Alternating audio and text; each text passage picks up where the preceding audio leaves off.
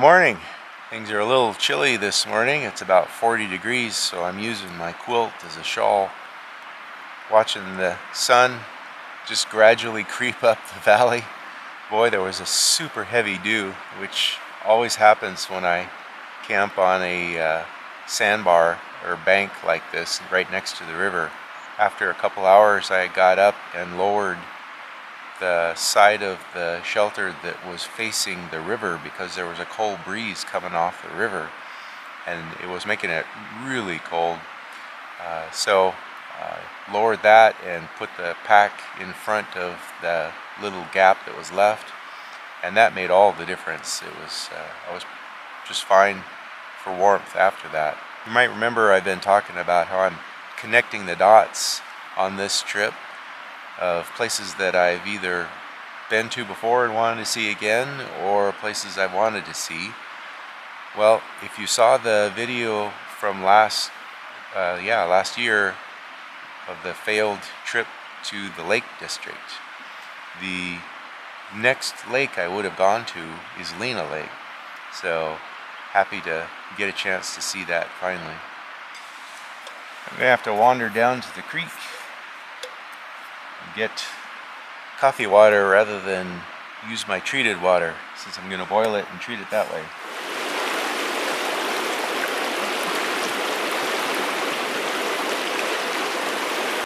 The sun warms the belly very nicely when it finally hits.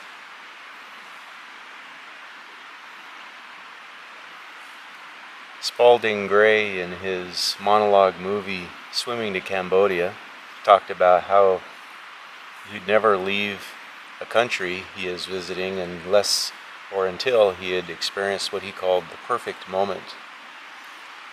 And I'm just sitting here realizing that I'm in the middle of the Bob Marshall Wilderness.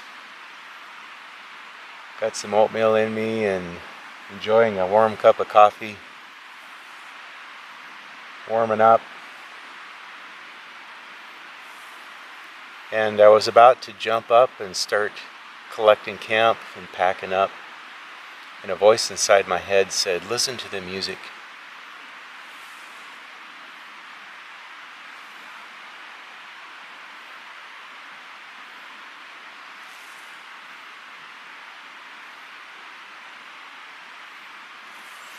Birds are singing. Of course, the river. It's beautiful. Sometimes I think the sole purpose of life is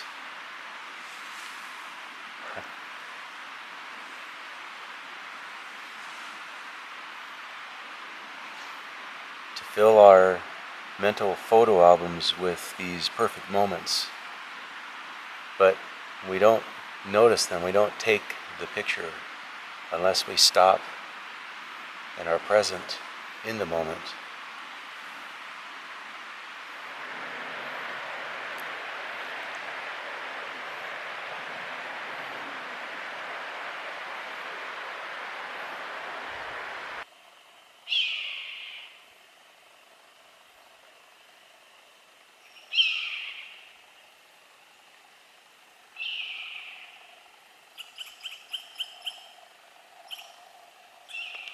This is day 6 of my Cross the Bob trip, and I've taken a little extra time this morning to do some laundry, which allowed things to dry out pretty nicely. Mainly the shelter. It was very, very wet, and this is a nice morning sun, and that'll save me time because I don't have to do that in the middle of the day later on.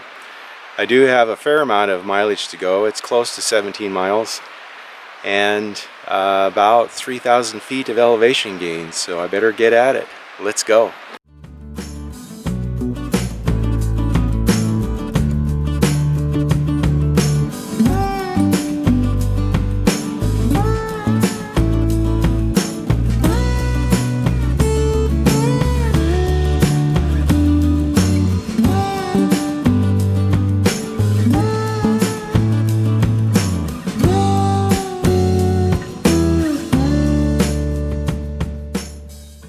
I've arrived at the White River Park. This is one of those awesome places that I've been connecting the dots of things I wanted to experience again. I'm really not a new agey kind of guy. I meditate because I feel great when I do, and because there's a solid body of evidence that supports the numerous benefits of a meditative practice. But I do have to admit that it seems to me there are certain places that just have a special power, and specifically I'm talking about high places like mountaintops and moving water, especially waterfalls. So whenever I can meditate in a place like that, it seems like it just supercharges me. I have to say this White River Park just draws me in the same way. It seems to be a place of special energy. I don't know how else to put it. There's just a powerful presence here. And here's the South Fork. I've floated by here a couple of times, and I've always wondered what it would be like to have to ford this. Now I get to find out. When I floated by, it was probably 8 weeks earlier in the year and a lot deeper, so it looks like a bit of a channel on the far side there. Well, that was crotch deep and a pretty strong current, one of the more difficult fords I've ever done, although if you just take your time and move through, it wasn't too bad, I guess. It's just the anxiety that what if it gets a little bit deeper, another foot and I would have lost my balance maybe. But all's good, we're across now, and now I just need to find the trail. Shouldn't be too tough because there is a trail that runs parallel to the river along here, and I just need to pick that up and then climb up this bank and start heading up Holbrook Creek, which I think probably is what's right behind me here. And there it is.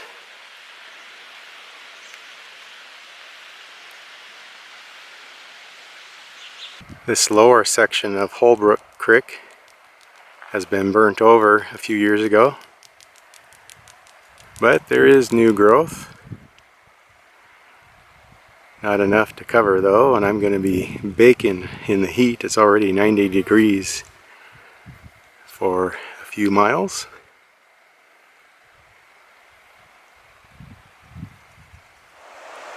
Well, I'm across the flat and starting the big climb, and unfortunately this trail is a bit more agony than I wanted for today.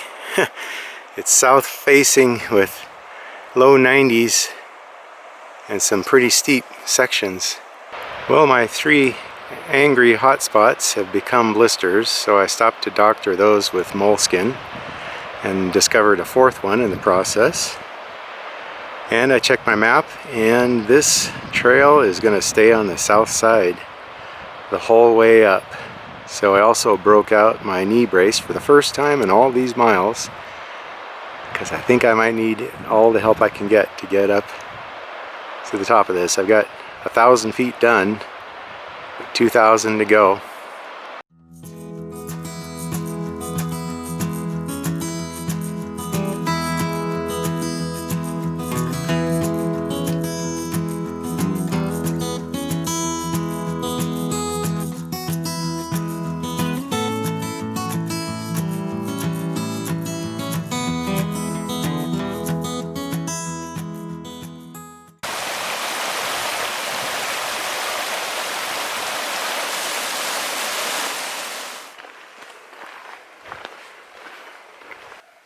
And that is a grizzly track. I didn't mention there's been 4 scats of berries coming up the hill here. And it also helps to keep me on my toes. The bear left behind some ripe huckleberries. That'll help get me up this hill. There's another good one.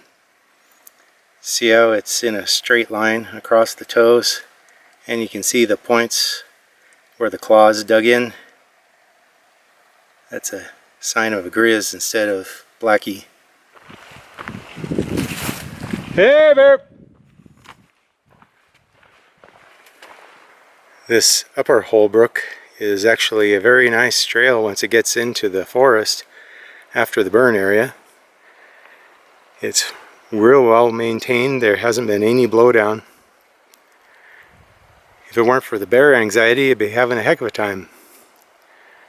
I'm pretty sure that those tracks are a day old and the scat piles, but just being safe. Well, that's number 6, if anybody's counting.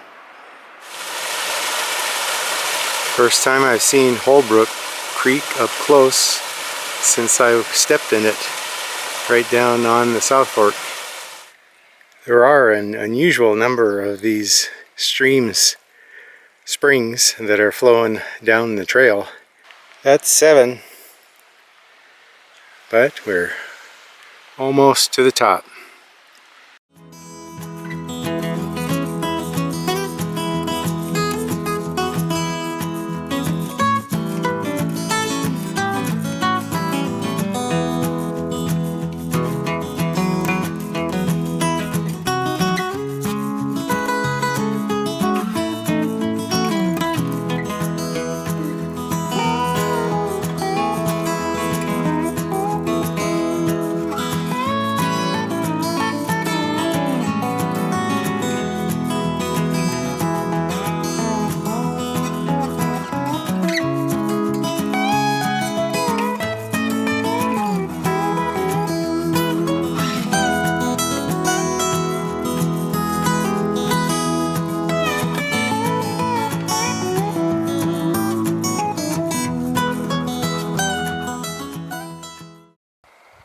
And this at last is the pass. It's about 6 o'clock. I finally made it up here without running into the bear. That was the little bit of a view. This is the actual pass, which doesn't even have a name according to my map, and I guess that's because it's one of these broad treed saddles without much of a view. Here's the view on the other side, facing west. Looks like there must be some smoke in the air. Well, believe it or not, it's 7 o'clock and my campsite is over that ridge,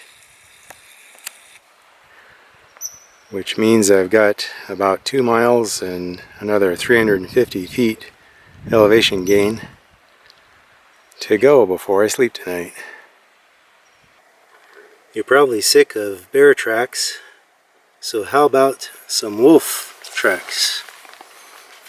And there's another one, huge. Made it to the junction, to the turnoff to Lena Lake. Actually, that's the Gordon Creek Trail, and then there's another junction that'll turn off.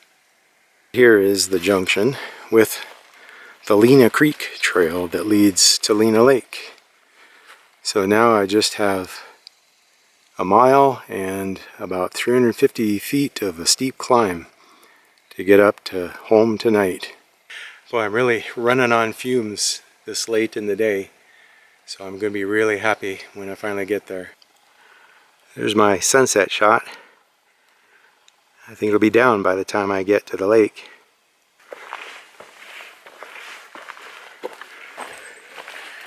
Well, look at that.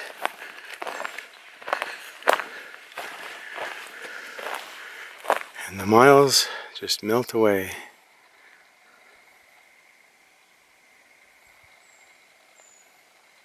Beautiful. Well, I made it at just a little after 8. The total miles for the day is around 17. There was actually a little extra jog that wasn't accounted for in the maps. And it's dark enough that I think if I set up camp and then try to film, it'll be too dark. So I hope you'll forgive me. I'll be sure to show you around camp in the morning.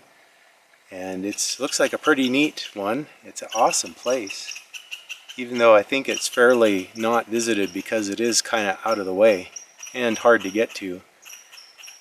Wow, who would have thought that my easy day would end up being one of the hardest? But on the other hand, it's just amazing how much can happen in one day of hiking in the wilderness. By the way, I didn't lose those grizzly bear tracks. I know you're hoping I'll say until I met the wolf track going the opposite direction, but no, it was after that when I turned off onto the trail that goes to the Gordon Creek Trail. He finally went on down toward Pendant Cabin, I believe. So finally free from the bear anxiety, although he's certainly not the only bear in the woods. Alright, but I'm not going to worry about that tonight. Do a good bear hang and get to sleep. Alright, so tomorrow I get to show you how I get out of this place, so make sure you come back for that. So today I started up here on the White River, just about 2 miles short of White River Park, traveled down to there, and that's that really special place I talked about. Crossed the South Fork here, and all the way up Holbrook Creek, and then through that low pass, it's not named. This is the little extra jog that the map doesn't say the mileage on, but it looks like it's about a mile out of the way. And then finally to Lena Lake. Well, good morning and welcome to day 7 of my Cross the Bob trip. I promised you last night that I would show you around camp when things got light, and so let's take a look. That's where I'm set up, and last night I was saying that I thought this was a rarely visited lake. After looking around a bit, I think that's wrong. It seems like as developed as it is from campsites all around, there must be a lot of people that make it up here. But it's still beautiful. I don't know if you noticed last night, but the smoke had come in and kind of settled in the lake basin, so we couldn't see very well.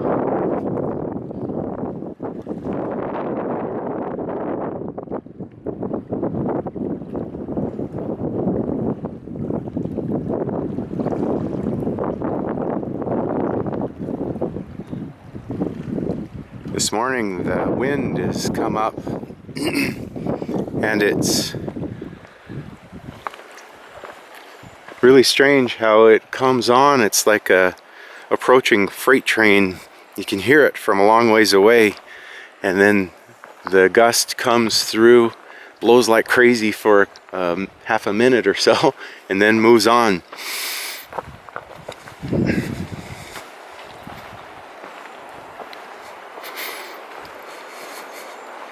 Nobody else here. And this is Saturday, so I'm kind of surprised. Some people left some garbage, that kind of sucks. My voice is a little hoarse from yelling "Hey bear" most of the day yesterday up that Holbrook trail, but I don't think I'm going to have to be yelling today. Let me tell you what the plan is.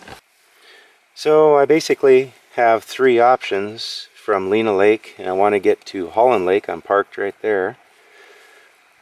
And the first is that I can go down to Pendant Cabin and then back up Pendant Creek and over Pendant Pass to Upper Holland. That's about 10 miles to go that direction. The second option is to go all the way down to Shaw Creek Cabin and then up the Gordon Pass Trail to Upper Holland. That's even farther. Or I could try bushwhacking across from Lena Lake through this little gap and up this drainage and then through another gap here and then right down to Upper Holland. So the wise choice and the safe one would be just to go down to Pendant Cabin, but I've actually been on that trail before and it's not very exciting. And you might think that with my recent experience of cross-country travel, I had enough of it and wouldn't make that same mistake again so quickly. But I'm going for it. Now, I wouldn't normally do this, except that I happen to know that there is an old trail that hasn't been maintained in years along that same route over to Upper Holland. And I don't know if there's any remnants of it left, but I'm thinking I'll be able to find just enough trace to guide me in the best way up over that ridge. And I happen to know a guy who did it not too long ago in May in the snow. So I know that it's possible, and I'm going to give it a try. Now, in 2 hours, I might be up at Upper Holland and pat myself on the back for being so smart. Or 5 hours later, I might be cursing my life and wishing I would have made the wise choice. Come along and see how it turns out. Let's go.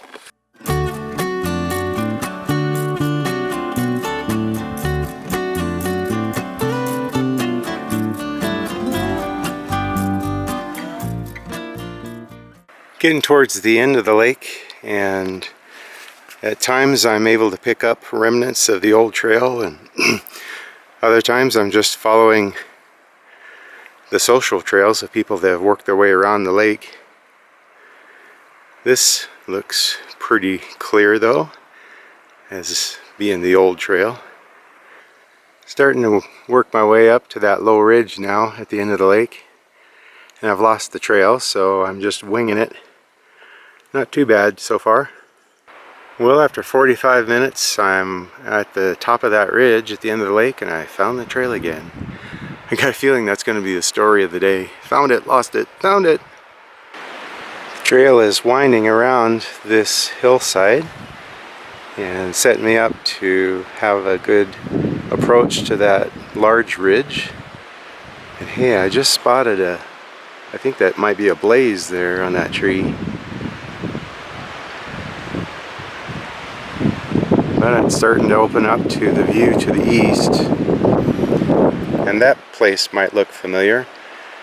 That's the basin where Kessler Lake is that was on the Lake District video. I've seen quite a few of those blue dots, which is kind of helpful, but unfortunately they only show up when the trail is distinct. And when I really need the help, I can't see them anywhere. It is more evidence, though, that this is a viable route.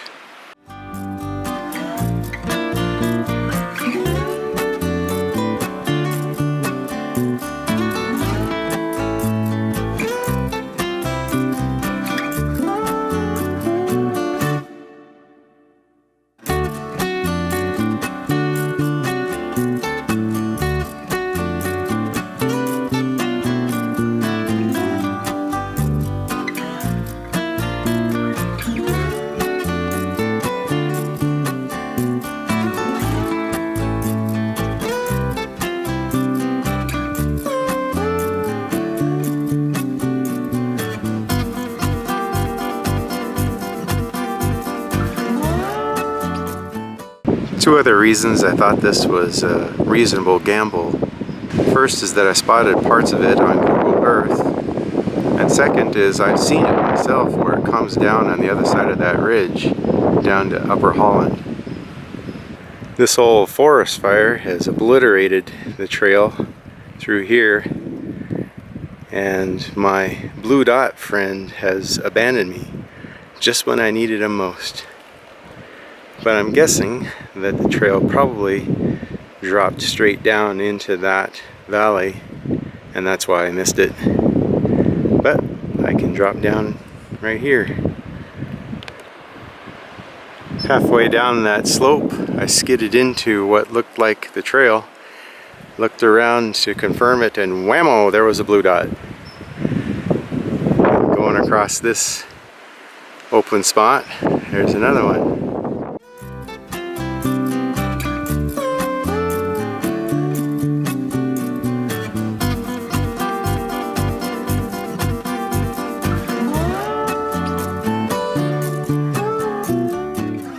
Just taking a little break before I assault that last ridge. So looking pretty good time-wise. Hopefully I can keep on the trail and get up over that ridge.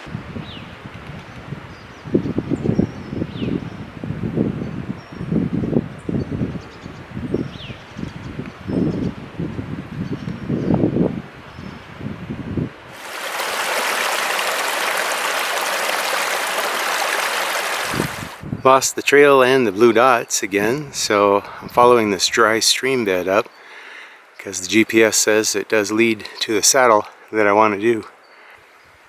Can you believe Dan Durston did this in May? Probably in snow. That was part of one of the Bog Mashra Wilderness Opens. Pretty amazing. Nearing the top, I hope, and the trail made another appearance. I kind of hoped that would happen as we neared the pinch point where there was less options and better chances that it and I would meet up. Looks like that might be it there. Yay, success! Upper Holland is just right down in there. I just gotta find my way down to it. And there's the lovely gem of Upper Holland.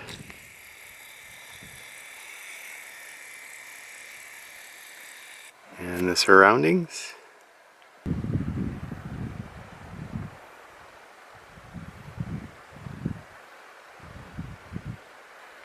The trail on this side of the ridge has been a lot easier to follow, and I'm really grateful for that because I was counting on it to guide me through these rock bands and cliff areas, and it's done that admirably. Pretty steep though.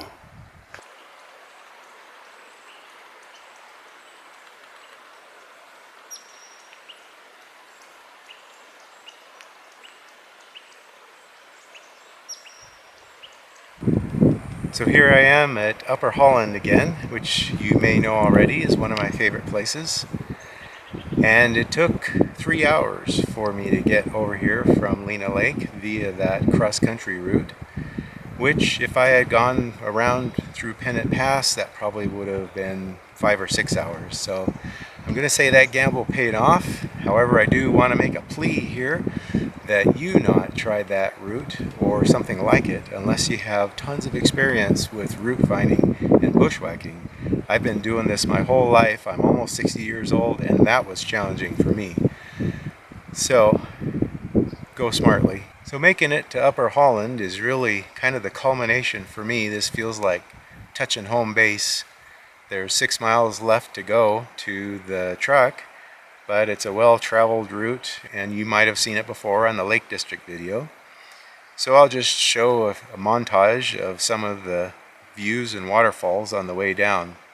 Before I go, I just want to mention that this video won't be published for 6 or 8 weeks from today, and that means that there will be time enough for me to tack on a little addendum to let you know whether I got Giardia or not.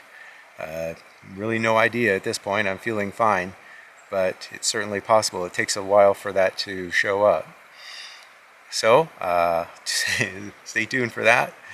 And if you've watched this whole 7 days of this epic Cross the Bob trip, thank you so much. I hope it's been entertaining and maybe a little bit informative, if nothing else, of what not to do. And please subscribe so that you can support this channel and not miss out on future episodes. Thanks for watching. Take care. I'll see you next time.